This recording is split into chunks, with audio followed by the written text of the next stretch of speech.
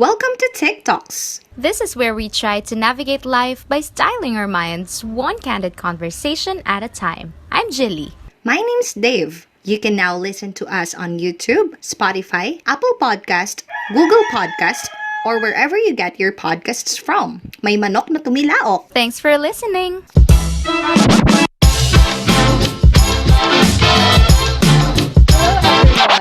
So we are back again. You're listening to TikToks. And for today's episode, or Kwentuhan, we are going to talk about dreaming in the time of Corona. So as we all know, the pandemic seems to have halted everything in our career plans. And most of the time, we couldn't help but ask ourselves, is dreaming of a life we want still worth it?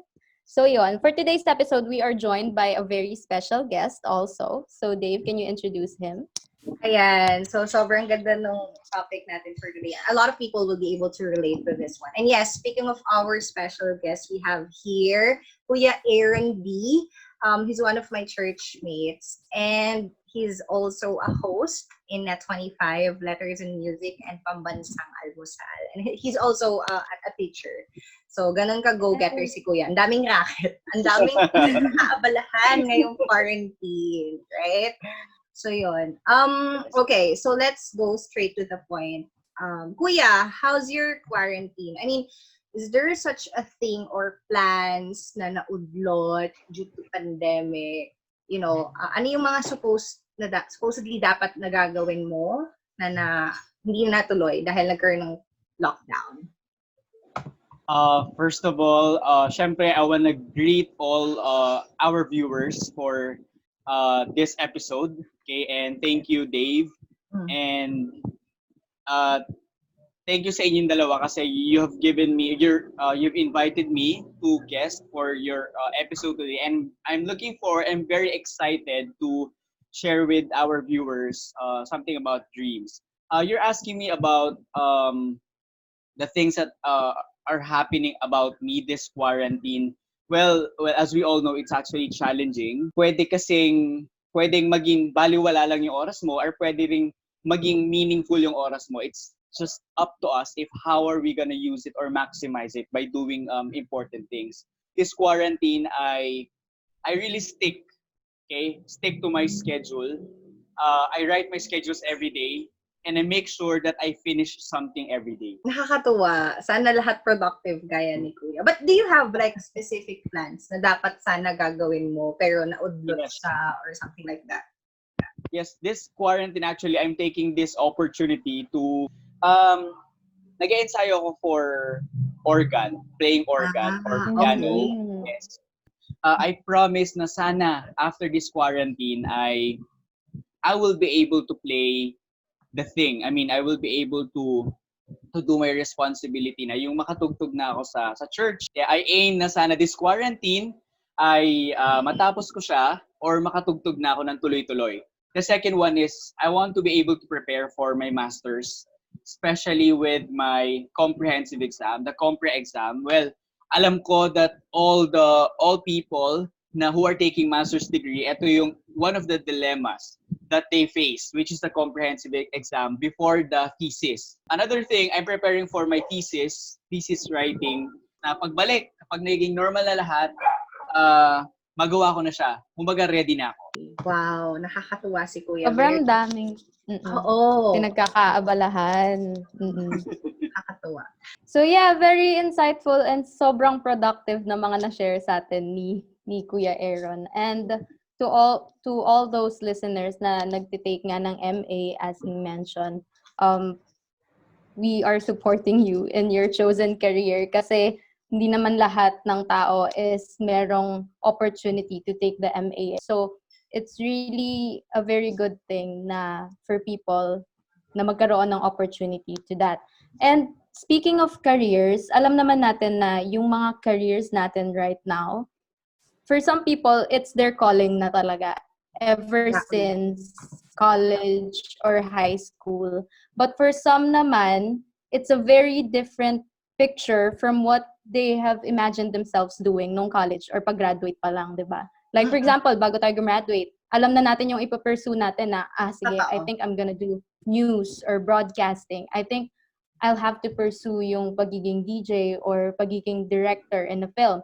But for some reason, maybe divine intervention to others, hindi Yes. yung mga pinaplano natin yung mga nangyayari. So, Exactly. we wanted to ask you, nung college days ba, or goes back to high school siguro, or nung bata ka, ano yung napipicture mo na gustong-gusto mong gawin paglaki mo? And did that happen or iba yung nangyari? Kwentuhan mo kami about your career. Yeah, I remember when I was in high school, I'm very active when it comes to journalism. Wherein I remember back then I was appointed as the editor in chief in our school. I was asked to lead the English publication, and Mhm. that's something that I found interesting when I was in high school, and I really felt it. Parang of all the things that I do when I was in high school, SSG, dancing, theater, journalism is something that made an impact in my life. I have this opportunity to share my stories with other people and with the readers. Back then in high school, I realized my heart wants this. I like journalism. I love journalism. I want to write. I want this to be my future career. I want to be a reporter on the television. But yeah, when I entered college, there was this doubt that occurred in me because my dad he told me he actually reminded me to take a course that is or that has or that will give me what do you call that license. Yeah, and I compared it. I looked at the mass communication, which is I think the basic college course for journalists. Yeah, let's admit this. Okay, at first we choosing our college courses. We are actually considering our parents' choices. Okay, which I'm telling our True naman. viewers. Yeah, as much as possible, it should if you're given the 100%, it should only be like for 30 to 40% part of your choice. Kasi at the end of the day, at the end of the college life, it's still you that matters. Okay, it's your passion, it's your life that you will rule and that you will create after college. So, ayun na nga, pinapili niya ako. Tapos sabi ko, wait, there's no specific license for journalism or for if I will become a journalist in the future, there will be no let exam or there will be no what do you call that bar. There will be well I know that there is what they call civil service, but sabi ng my dad told me that it's parang medyo para sa kanya kasi medyo general daw yon. So I look into ayun, nakita namin, parang nag-mini-mini mo kami. We found edu, okay, education, English. And I told myself, probably, ako wala, I didn't have any choice because my dad pointed that out. Oh, why don't you just try to be this course, education, English? It's still like mass communication because in mass communication, you'll be studying speaking and English and so on.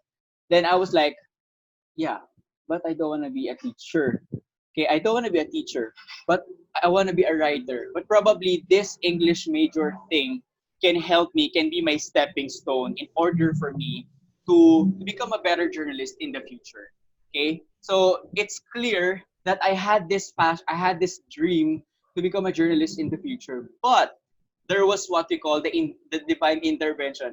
Well, my parents' intervention probably we Mhm. can simply Totoo. say that it's yeah like human intervention, but it's I consider it as divine intervention kasi wherever I am right now, Mm. there's something above me, above us, who Yeah. did something for it in order for me to be here. Okay, just for me to be here. Um, there are things that will happen along the way that will bring you somewhere you belong. Okay, somewhere Totoo. you're destined to. God will make a way for you Mm-mm. to be in that place, in the better place, okay, for your Mhm. dreams. Yun lang. Ayan, gusto kong mag-comment doon sa sinabi ni Kuya. Ang ganda kasi totoo naman yun eh. Parang when we were in college or high school, we have this picture in our mind na parang this is who I will become, this is what I Yes. will be, ganyan-ganyan. Pero yun nga, parang lucky to those people. Actually, iaano ko yung excerpt na napakinggan ko dun sa isang podcast na pinapakinggan din namin at GV, kay Juan Miguel Severo. I believe some of people are familiar with Juan Miguel Severo and Antoinette Hanaone, director yon. So, parang sabi dun ni Juan Miguel Severo, there are people na maswerte na at the very young age, they already know what they want. Like, I want to be a Yes. doctor. And then after 10 years naging doctor sila, naging successful. And then there are people, like ako personally, yung mga taong paligoy-ligoy kung saan-saan sila napupunta, like yung mga shifters, di ba parang dati kasi inaano natin yun, parang ano naman to, wala kang desisyon, wala kang plano Yeah. sa buhay. But totoo yung sinabi ni Kuya, may mga interventions talaga na mangyayari. Kasi yung akala mong nawawala ka, still, ano pa rin yun, destination yun para i-lead ka to where you're truly headed. Like what you've said, you're planning to become a journalist, you want to take mass comm, pero nag-teacher ka, nag-edu ka, so siguro may something na purpose nga yung si God sa'yo, bakit ka nagtuturo to inspire people, and then, but we'll never know. Now you're taking your master's in literature, malay mo mag-end ka talaga in journalism. Kumbaga bago mo makuha yung gusto mo, marami ka munang pinagdaanan, which is okay. Kasi, at least hubog ka na and talagang naano ka na-hone ka as a person. So, yun lang. Ikaw, Ate Julie, sa any insight with that? Ayun, gusto ko ring i-comment si Kuya Aaron on what he told us, yung about sa influence ng parents niya, yung path that he took back in college, 'di ba? And we all know na, but sabihin man natin sa hindi, na it's our own life, it's our own choices. No matter how we say that or how we commit to that thinking, may impluwensyahan at may impluwensyahan tayo ng mga taong mahalaga sa buhay natin. And although it's a matter of fitting ourselves into something, into a path that maybe we don't really want or maybe hindi natin siya masyadong gusto, but yung adjustment na ginawa ni Kuya Aaron when it comes to taking yung English major dun sa course niya, it's something that I think we need to highlight. Kasi tulad nga ng sinabi nyo, divine intervention, it led him to doing what he loves right now, diba? And now he's taking MA. And gusto ko ring i-mention yung nasabi niya na we all know na back then, nung nagde-decide pa lang tayo ng courses na gusto nating kunin, alam natin na, especially to those people who wanted to pursue journalism or mass communication, alam natin yan na ako naisip ko to dati, na before taking that, hindi, sumagi talaga sa isip ko yung wala namang licenses, walang bar exams. So, parang nandun yung bias and parang mababa yung tingin. Hindi naman lahat, but tanggapin na natin na some people look down to such career path na pag walang license, pag walang bar exams, ibig sabihin mababa or ibig sabihin madali lang. Ganun di ba? Ganun yung biases sa communication na parang ang dali-dali lang ng course nyo wala namang exam yan So parang it's not it's not Yes. it's Actually, not easy. it's not about the fame or it's not about the money that you get from that course. Kasi I can say that I'm earning from my course, from my profession now. I earn enough for my living, but there's still this part of me in me that tells me na are you happy with it? Are you totally happy with it? Yes, I'm getting used to it. I'm getting happy. I can look at, kasi I look at the bright side always. So I look at the bright side and the positive things in teaching. Diba? Kasi I don't want to disregard it. It's an opportunity given to me by God. Kasi he has a purpose. But there's this part realization in me that tells me na it's not always about kung yung course mo ay law, it's not about engineering. Hindi naman porket walang lisensya dyan ay walang kwenta na yung gagawin dyan Kasi you know how tough journalism is, di ba? It's about you enjoying what you are doing, okay? Lucky those na na-enjoy nila yung career nila, di ba? Like what I'm experiencing right now, I'm enjoying it. Okay, while still doing some journalism stuff, okay? Hindi about yun sa lisensya. Hindi din about sa kung mataas yung course mo, kung mahirap yung course mo. Pero at the end of the day, you love it. And I think it also applies with other fields. If you love engineering, then if you enjoy it, then you will be successful. But if you love law, if you love reading books, then you will also be successful if you enjoy it. Then in our case, we love writing, we love teaching. You love guys writing, you love mass communication. So you will enjoy there, di ba? Kung malaki man o maliit yung kita natin, as long as we enjoy and we become productive, I think that's the most important thing. And you help other people, you share your knowledge. Totoo. Tama, tama. Napakagaling ng mga sinabi ni Kuya Aaron. Totoo yun. Malaking factor yung passion mo talaga siya. And you enjoy what you do. And of course, apart from that, is you learn from everything that you do.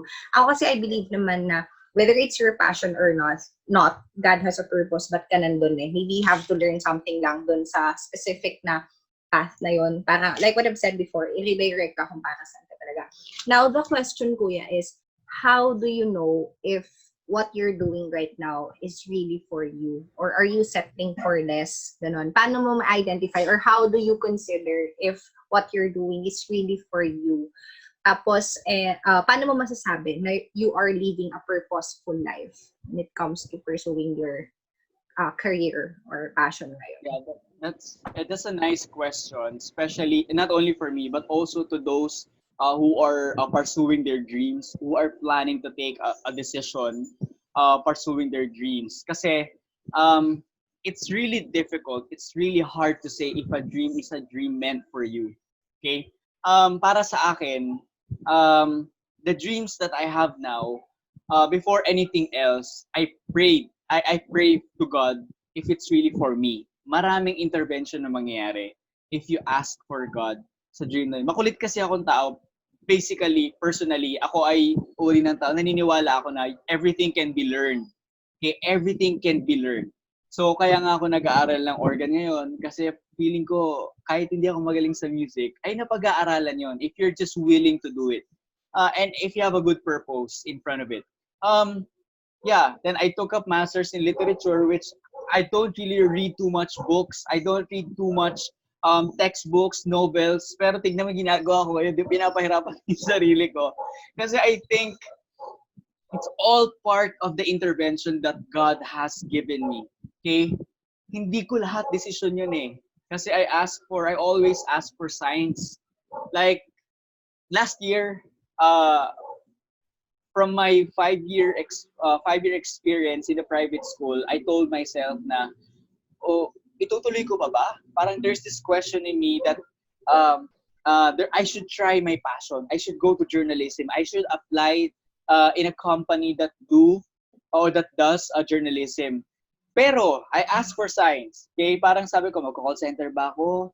Mag-try ba ako ng iba? Kasi parang ang ganda mag-try ng iba, ang ganda mag-office, ang ganda ganito, ganyan. Pero I prayed for a sign. I still pursued education. Nag-apply pa rin ako sa public school. Kumbaga, there are these choices. Diba? Kapag nangangarap ka, kapag open-minded ka na tao, how can you say, parang may na-realize ako, nabasa ako na gano'n, how can you say that you don't really like it? Or how can you say it's not for you if you did not experience it? Or if you did not try it? Diba? So sabi doon, as early as now, try to include as many decisions and pathways along the way in your decisions in your life. Kasi at the end of the day, doon mo ma-experience. Pag na-experience mo siya, that's the only time when you can tell yourself if it's really for you. I applied for the public school. Sabi ko nga sa post ko nung nakaraan, I asked for sign. Sabi ko, kasi sa public school, when you enter the public school, when you apply, we have what we call the ranking. In the ranking system, kailangan makapasok ka doon. And thousands are applying, hundreds are applying. Isa lang naman ako sa mga nag-a-apply, which is, yeah, I grabbed the sign. Sabi ko, I told myself, I should have this sign. That sign is if I become included, if my name will be included in the top 5. Okay? That's very impossible to happen kasi there are so many applicants. Thousands, hundreds in the entire Caloocan. Okay? I prayed for that. Hintay ko lang. But yung sign nangyari. Okay, I became part of the rank 5. Sabi ko, it's a sign from God kasi galing ako sa tupad doon, galing sa Philippine Arena. Then after that, it's a sign from God kasi galing ako tupad eh. I asked for it, right away may answer. And paano ko nasabi na yung prayer ko ay parang worthy ng promise ni God? Alam mo sa sarili mo yun eh. You know it in your heart. If you are willing, if your prayers if in your prayers you include willingness and perseverance and desire, ibibigay niya yun, mararamdaman mo yun. So wala akong nagawa kundi sundin ito. Okay? So, yun yung mga bagay na nire-realize ko na, yun yung mga steps, yung ways ko para malaman ko kung para sa akin yung dream na yun. Kung nahanap ko na ba yung dream na yun. And, as a dreamer, if you consider yourself as a dreamer, you do not stick to one dream. Okay? Kahit na 26 na ako, I consider myself a dreamer. Kasi meron kang fuel inside you eh. Saan mo gagamitin yung fuel mo, di ba? Gamitin mo siya sa car, gamitin mo siya sa apoy. Pagliyabin mo yung apoy na meron ka para mas marami kang magawa sa buhay mo. Kasi 70 years from now or 50 years from now, nakahiga ka sa kama, may sakit ka, di ba? Paralyzed ka. What are the things that you will regret that you did not do?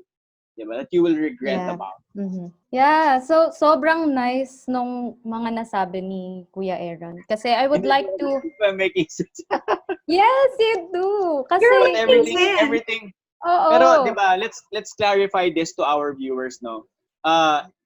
Experience is the best teacher.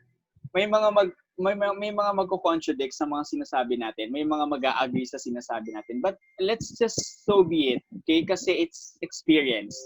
Diba? If a person experiences this or experienced this, let's respect that. And if you don't want to learn from that person, so be it. Diba? Move on. Huwag mo awayin yung tao kasi experience na yun eh. Diba? Kumbaga, and iba tayo ng talaga, palagay sa bawat bagay.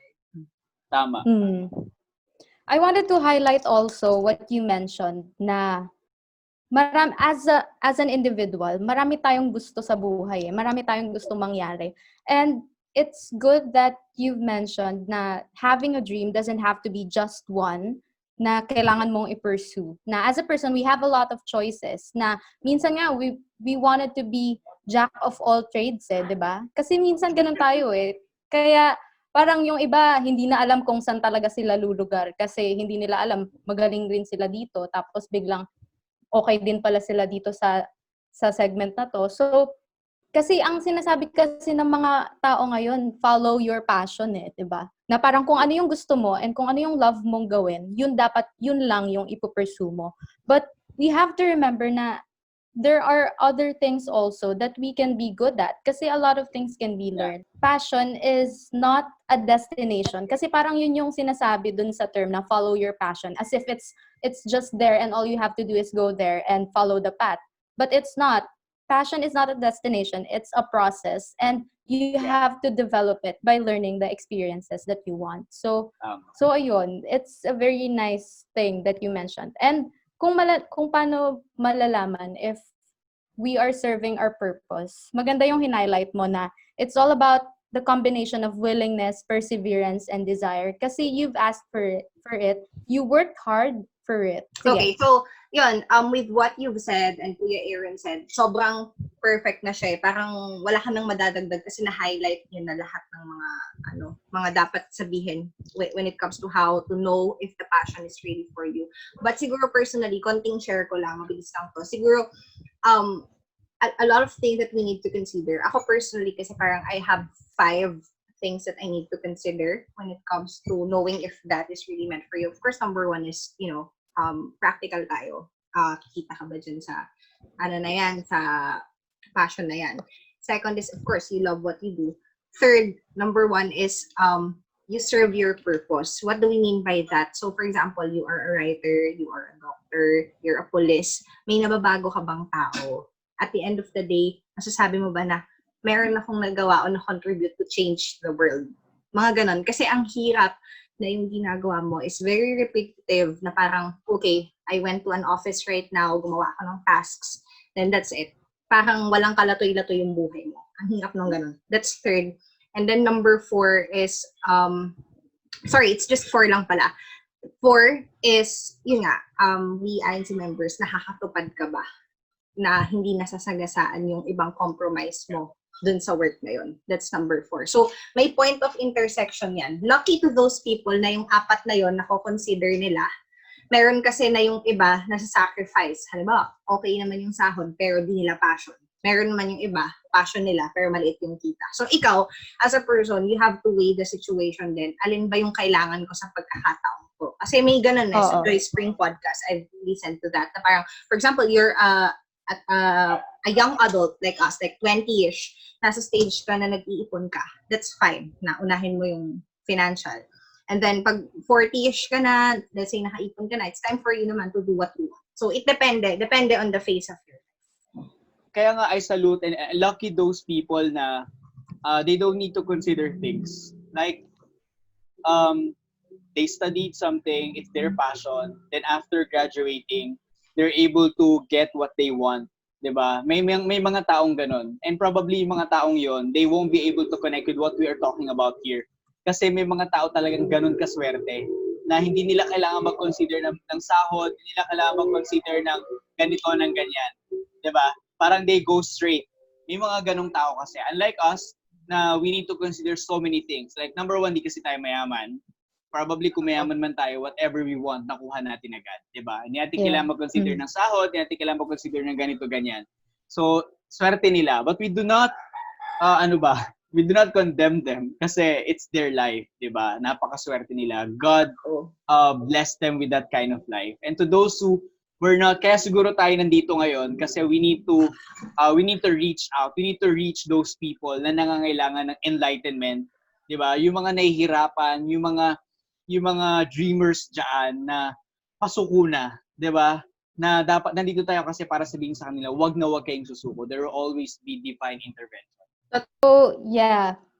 Sobrang nice na na-mention nyo yung mga yan na it's not the same for everyone. Na for some, pinanganak silang with a golden spoon in their mouth, and then for some, nandun nga tayo sa dilemma na which ones to choose, practicality ba or the things that we love. So, tama na nakadepende siya sa situation natin in life.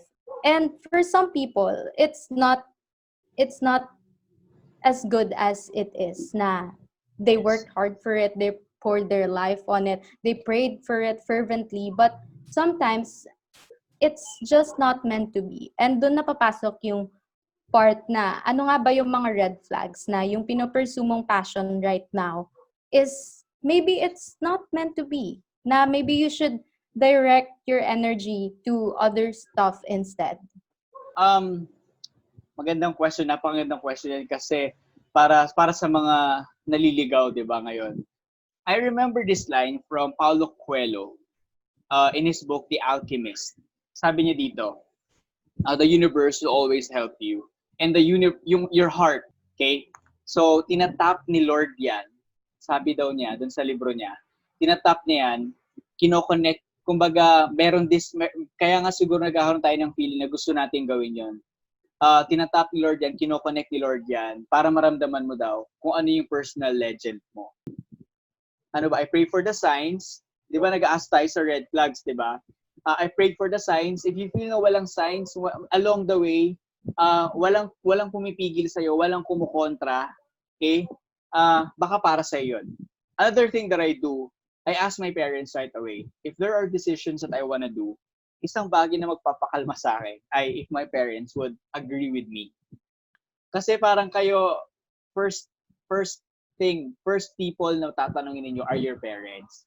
Kapag yung parents ko nag-agree sa akin, parang sign ni Lord yun na, yeah, para sa yan. Kasi gusto ng parents mo. But when your parents tell you na, wag, magpahinga ka na muna, grabe na yung pagod mo eh. Kasi baka pag pumasok ka dyan, mas mapagod ka lalo, magkasakit ka, baka hindi bagay para sa'yo. It's a sign. Di ba? Baka ginagamit ni Lord yung parents mo para sabihin sa'yo na hindi sa'yo yan kasi mapapagod ka lang dyan.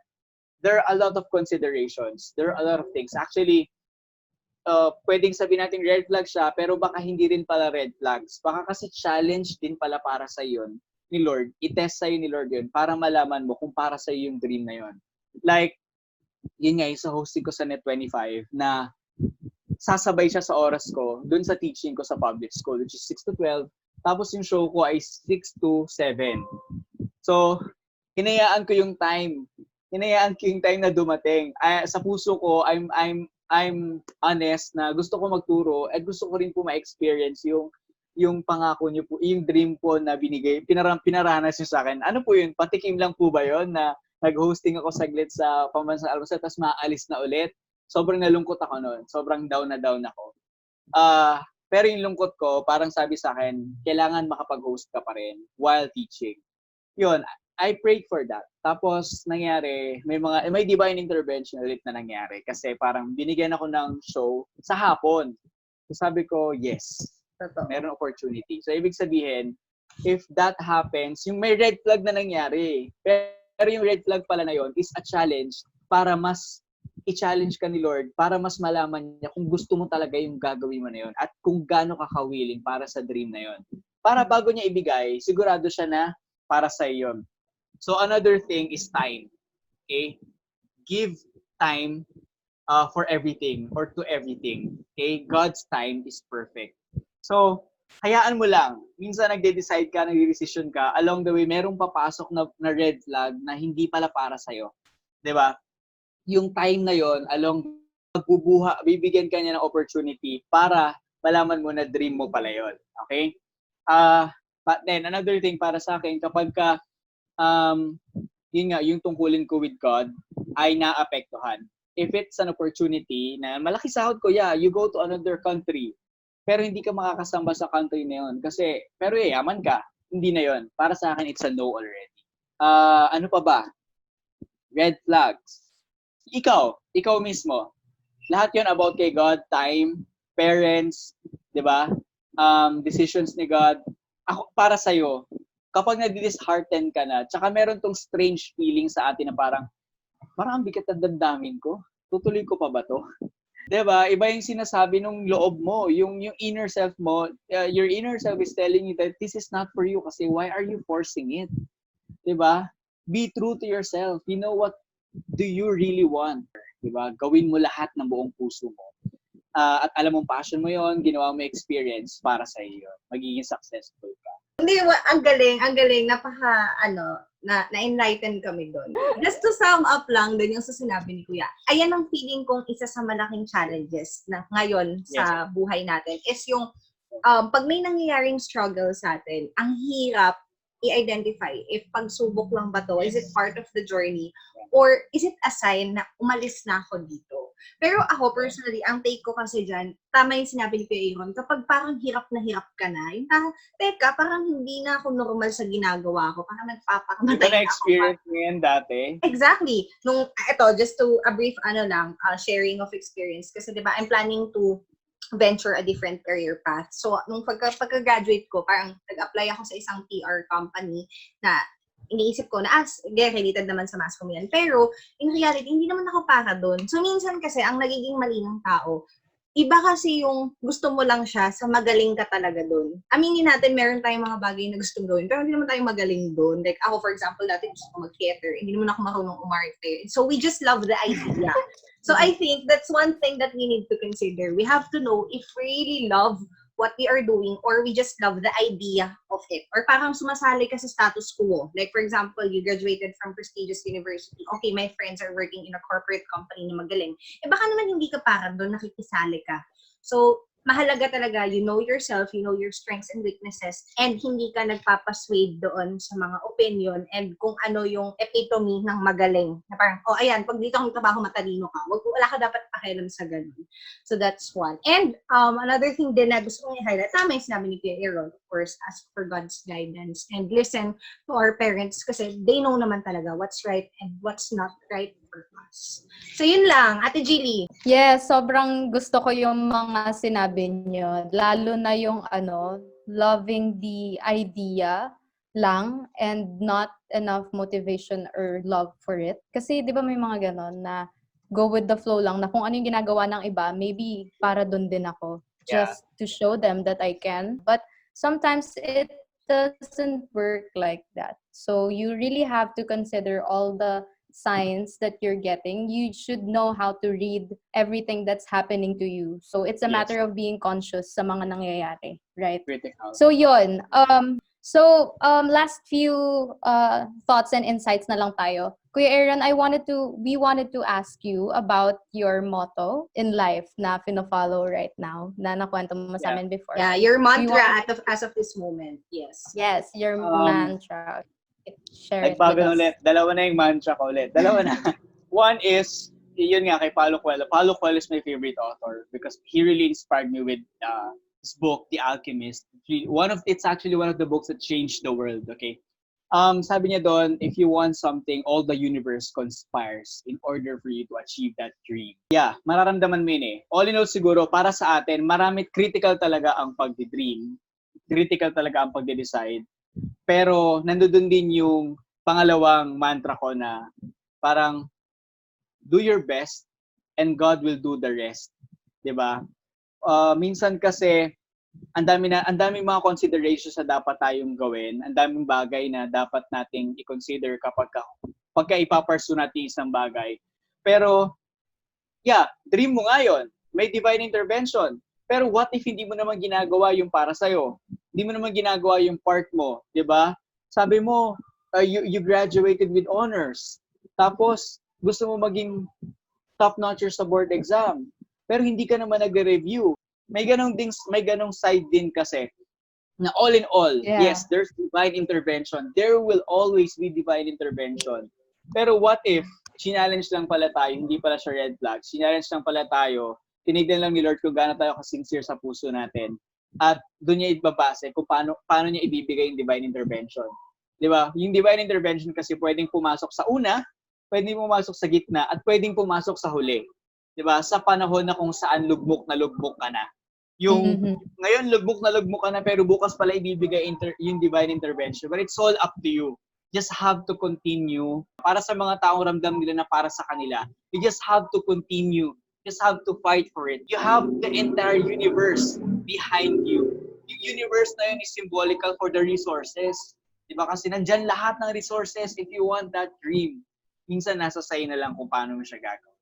Just wanted to highlight na if you really want to do something and it's meant for you, the universe will conspire for you to achieve it or to have it. And that's a very good thing. And tama na for some, yung interventions nila sa career paths nila is sa dulo na ng journey lumalabas. Yes. Kung kailan pagod ka na or parang nagda-doubt ka na if it's really for you, parang dun talaga siya dadating eh. Again, highlight ko lang din, meron talagang tao na not meant sila to do one thing in their life. We have the multi-potentialite. I'm not sure if you have heard that. May tao talaga na meant sila. Paiba-iba kada chapter ng buhay nila. And that's okay. Divergent ba yan? Divergent, insurgent. Yes, divergent. Mga ganon. Yes, we want to highlight also na since ang title natin for this episode, ang ating focus is dreaming in the time of Corona. So we wanted to highlight na not because the world stopped, our pursuit of developing our passion has to stop also. Although there are some professions na matitigil talaga yung current na ginagawa nila because affected maybe sa recession or sa economic status that we're experiencing right now. Pero it's a matter of, sabi nga natin kanina, marami tayong passion and interests. Nandyan lang yun sa loob nyo. You have to channel it. Yes. It's a matter of channeling and exploring a different passion na finding meaning also in what you do and making use of the time that's given to us to be productive. And also, it's a perfect time for us to know ourselves more and deeply. Yes. Exactly. Para mas ma-develop yung career natin. Totoo. So, yeah. Very well said, guys. Thank you so much, Kuya Aaron. Thank you so much. Thank you. It's an honor. Thank you. And to all our listeners, again, continue to tune in with TikToks for more insightful conversation like this. Thanks for listening until the end of this episode. We do hope you got something out of it. Don't forget to follow or subscribe. Thanks for supporting. Ha ha ha! Ta-na-na-na-nam! Tick-tick-tock! Tick-tick-tick-tock! Let's get scratching.